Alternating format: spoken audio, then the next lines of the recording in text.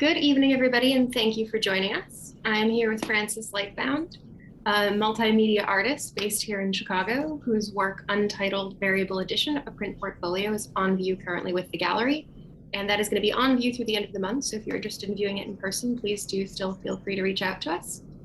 Fran, I'm going to hand it off to you to get us started. All right, thank you, Bianca. I will pull up a quick screen share here and I'll dive right in. We're not going to keep you too long. I know it's Friday night, so thank you so much, everyone, for jumping on and showing up. One moment.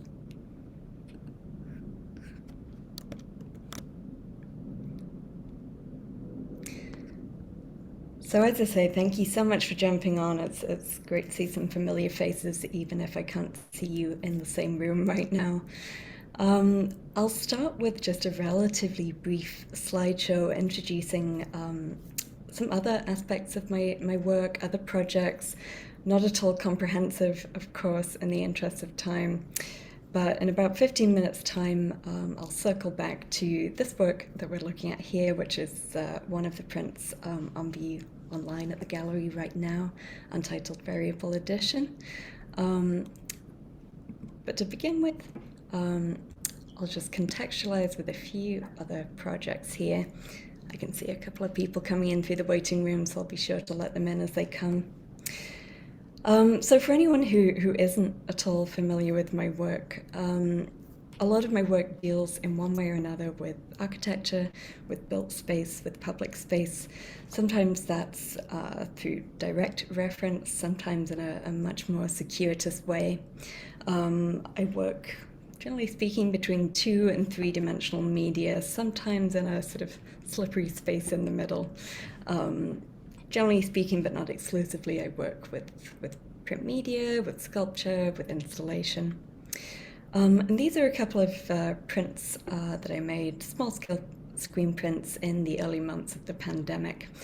Once again, I'm going to kind of come back to talking about these and a few other prints made in 2020 when, all of our living, working situations shifted so rapidly and so enormously.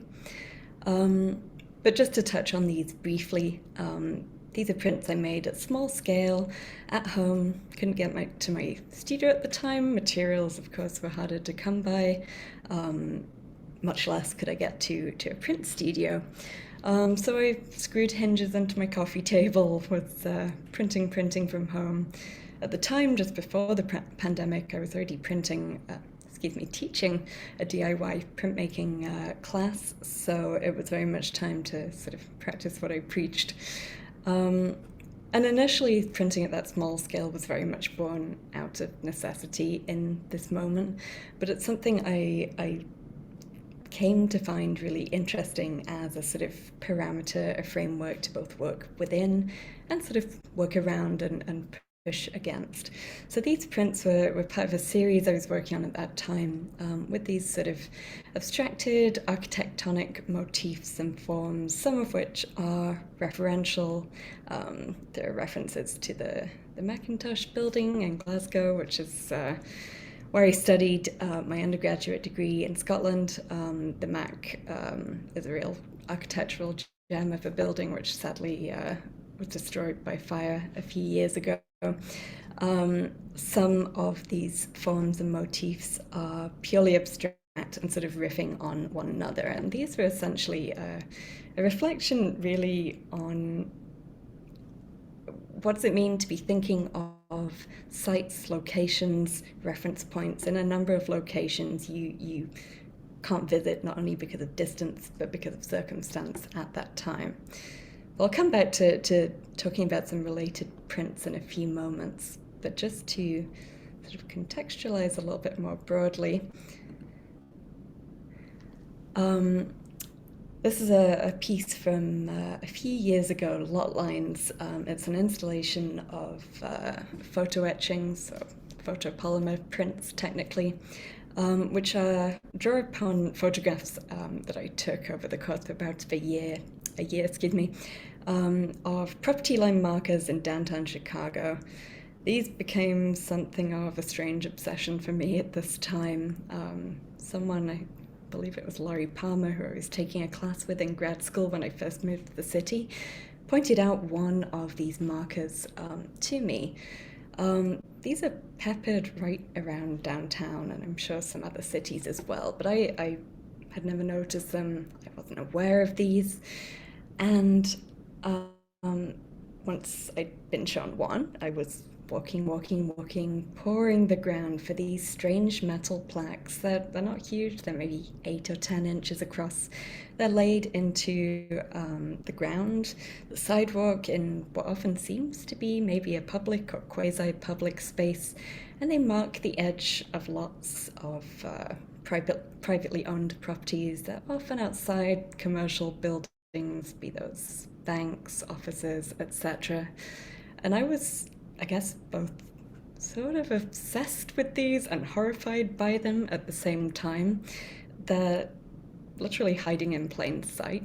Unless you're looking for them, you really have no reason to notice them, unless, I suppose, this weird legalese that's embedded in them is being sort of read out to you for whatever reason. But this was a time when I was really sort of just walking, studying the streets of the city that at the time was new to me.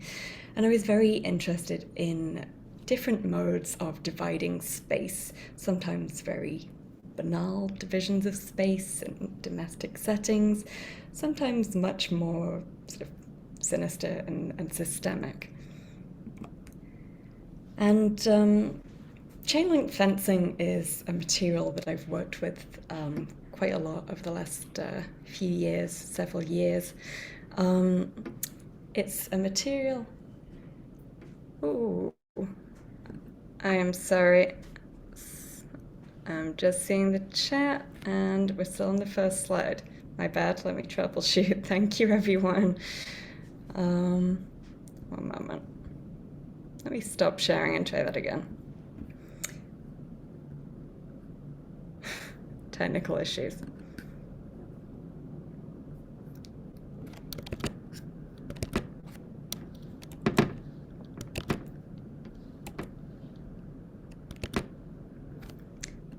All right, I'm gonna try sharing directly from Chrome rather than Acrobat. Sorry about that, everyone. Here we go.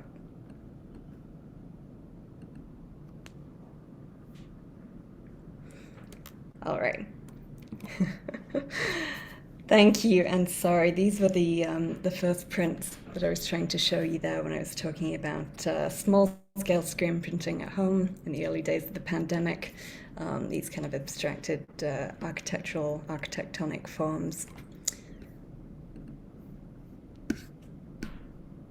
Just checking the chat to make sure no one's saying you can't see them, but hopefully we're all good. This is the second body of work that I talked about, lot lines, the installation of photopolymer prints of these property line markers. I realize a lot of them are harder to see on the left-hand side anyway. These are up on my website if anyone's curious to see those images more clearly. And for the interest of time, I'll speed along. This is where we got to before I realized we were having technical issues there. So I was just saying that chain link fencing is a material that I've used in a number of works, thinking, as I say, about different means and modes of dividing space. And chain link fencing is interesting to me in that it's a material that on one end of the spectrum is so banal, so familiar, over-familiar, you might say, that it almost kind of fades from view, ceases to be visible. At the other end of the spectrum, it's a material, an object that is inherently violent. It all depends, of course, on one's positioning. And this work sort of cuts this fence down to roughly the size of a window blind, a window shade, and it both literally and metaphorically, I suppose, undoes this structure. It takes away some of its utility, it mounts it on a wall, and it sort of literally frays the edges. I'm interested with materials and other objects that have both a utility and a degree of sort of symbol value in what happens when you sort of push these objects or images of them through some sort of material transformation, transposition. At this time I was dabbling in weaving for a few projects. I work very often with the grid as a reference point, as I say. Weaving was interesting to me because it is essentially a gridded structure, as is the fence in one way. And of course, remaking this chain link fencing pattern in a woven textile takes away its utility, its use value, it softens it quite literally. And yet it also makes it sort of aestheticized. I'm interested in trying to walk that sometimes tricky line between what does it mean to make that kind of shift for an object like this. Now, jumping forward by a couple of years, this is the work from 2019. I was working quite a bit at this time with commercial vinyl floor tiles. Interested in tiling both because of its modular, its gridded structure, and also because I think a lot about sort of slight ambiguity between interior and exterior spaces. I can work a lot with thresholds, with windows, and so on, fences, of course. And in this work, I sort of lay out this installation in tiles and sort of partial tiles, and it's kind of peppered with these sort of moments and vignettes that are made up both by constructed sculptural forms and objects and by found and altered or remade objects as well. You've got coins inlaid in some of these tiles. You've got locks and other sort of chain fragments which have been painted, dipped into paint until they no longer move or function freely. In this work, I'm kind of riffing slightly on the more sort of human and yet deeply ambiguous sort of traces and moments that we pass every day in city spaces if we live in an urban environment. Things which, on the one hand, are very evocative, perhaps, and on the other hand, are perhaps deeply ambiguous. And in works like this, I'm interested as well in kind of playing with scale to a certain extent.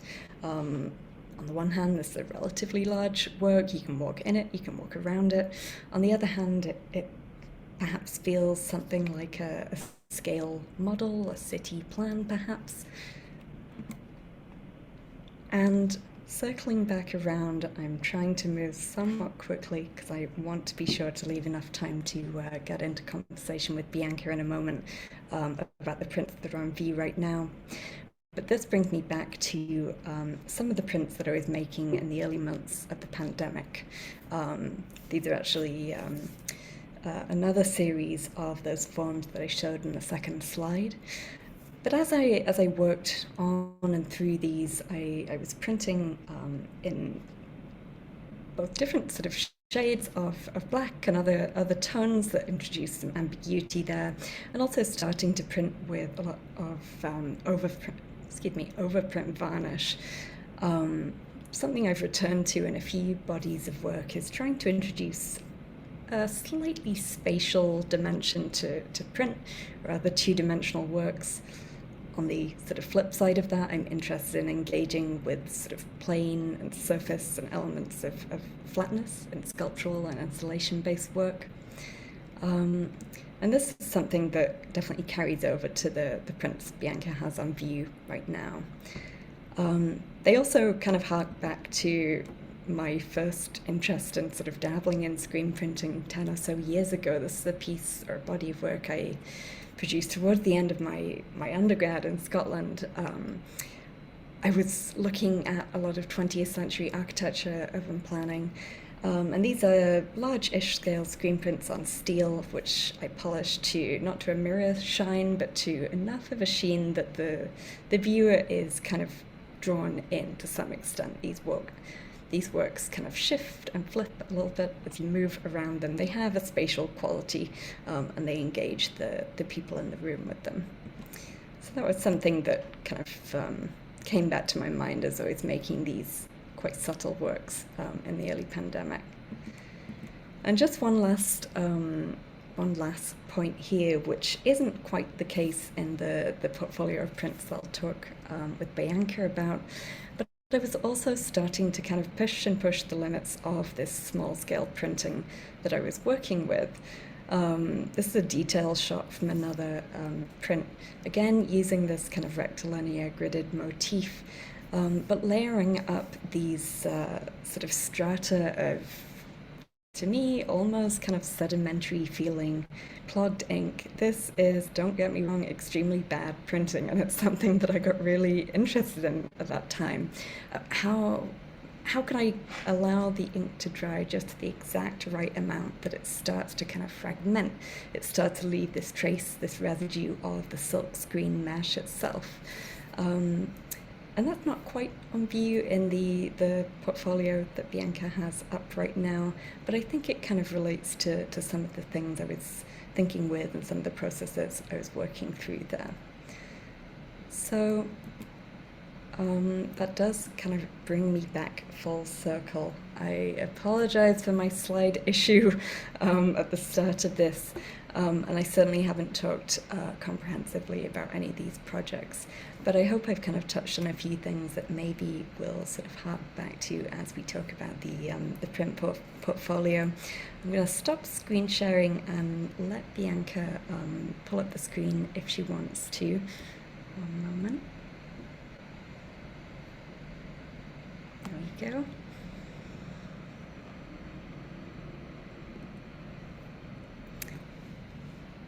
All right, Bianca, are you there?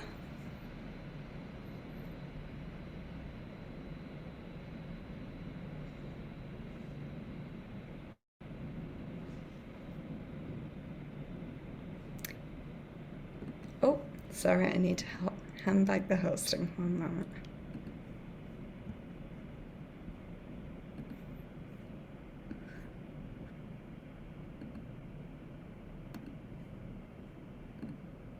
There we go. I'm very used to hosting, but not so used to co-hosting, my bad. Oh, you're on mute. You think we'd be into it by now.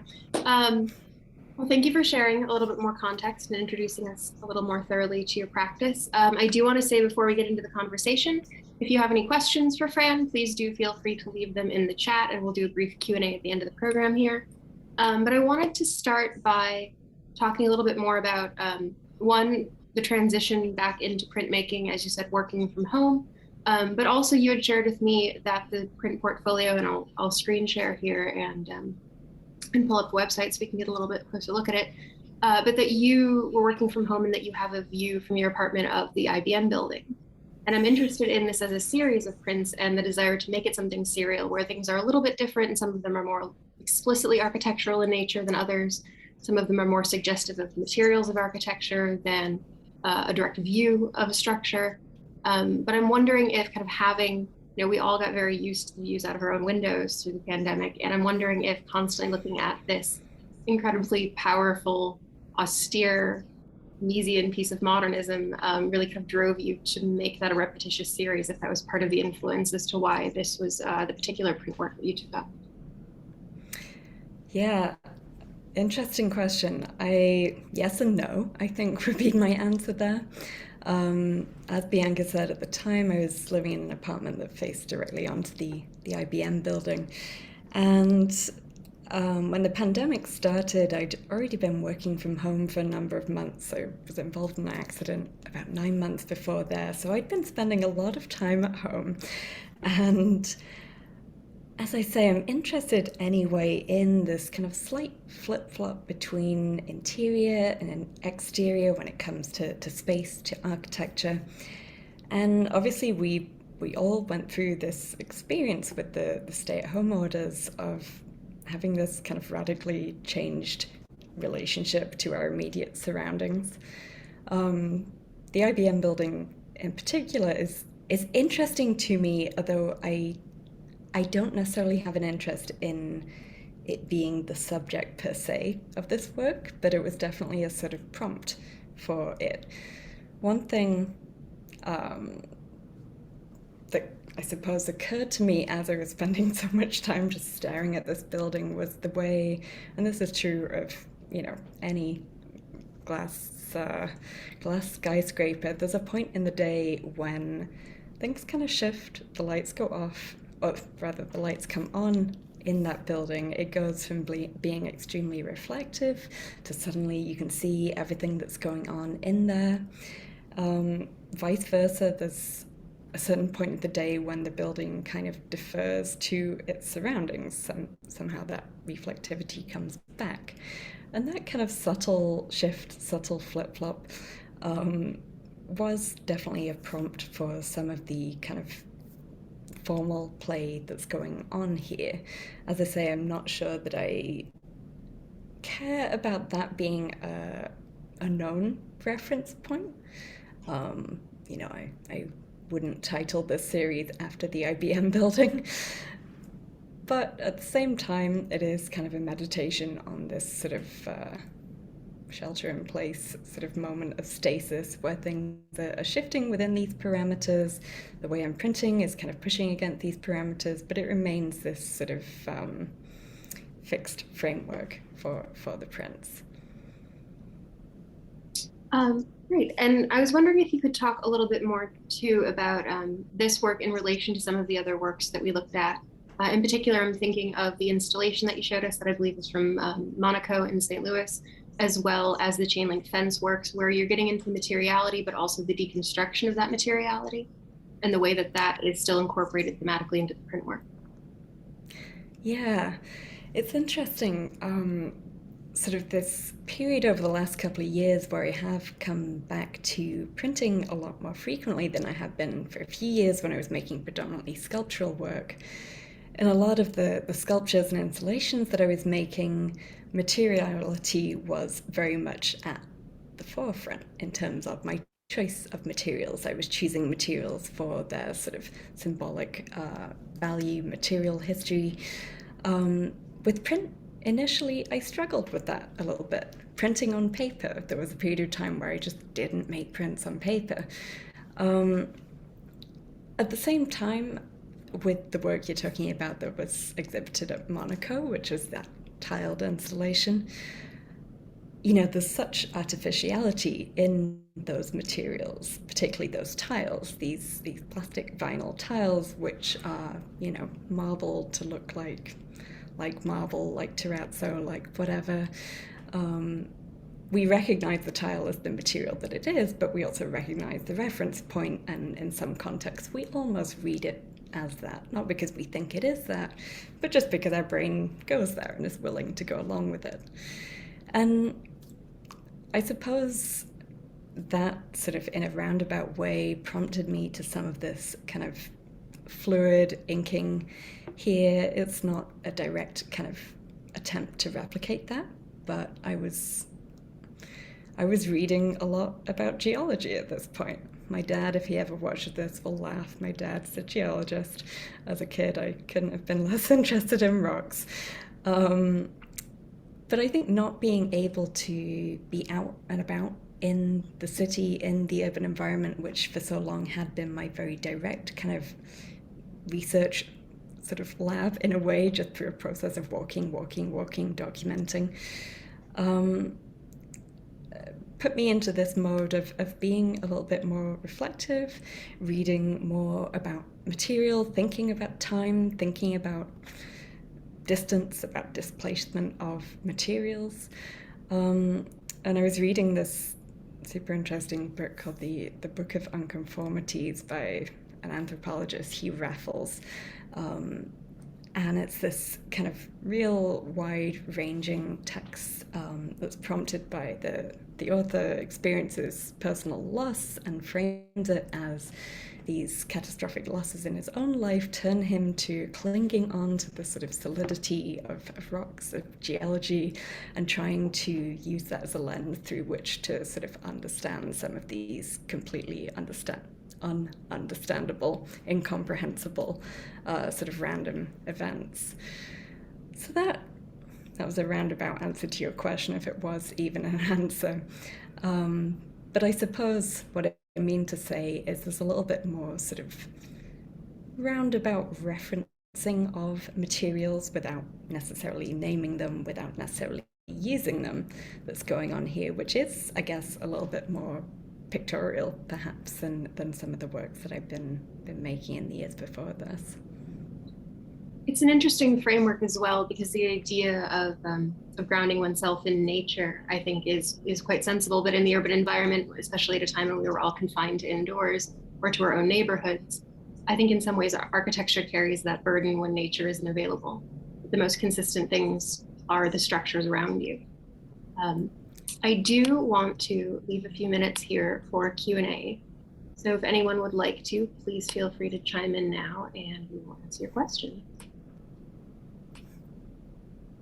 But until then, if we could close things out maybe just by adding a little bit of context about where this lies, since this is work that was done during the pandemic, where this lies in relationship to the work that you're doing now. Not that we are by any means out of the pandemic, but as we have more resources and access to space and other utilities available, kind of where this is taking you.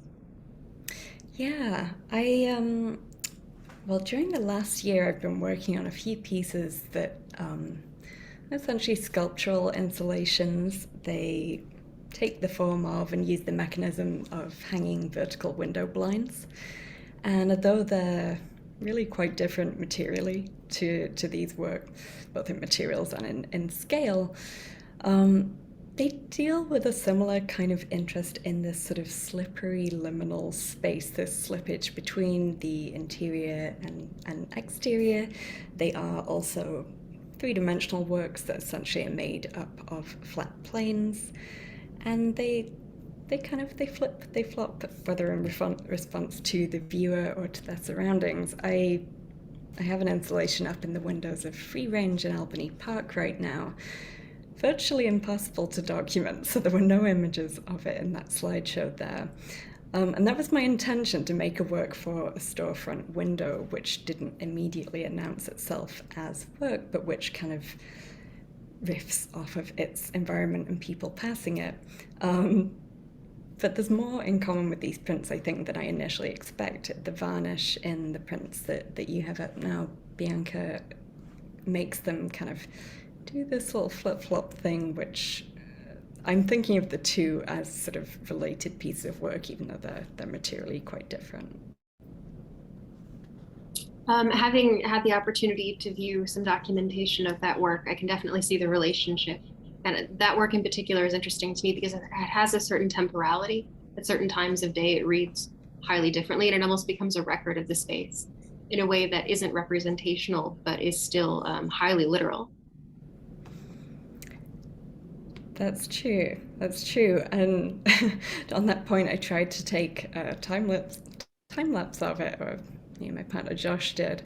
Didn't have too much luck with that, but it was so interesting to spend that length of time with that work. I'd been viewing it for a long time while putting it together, but not from outside the space that it was installed in, and it changed so much more based on its surroundings, on the weather, on the time of day than I anticipated initially.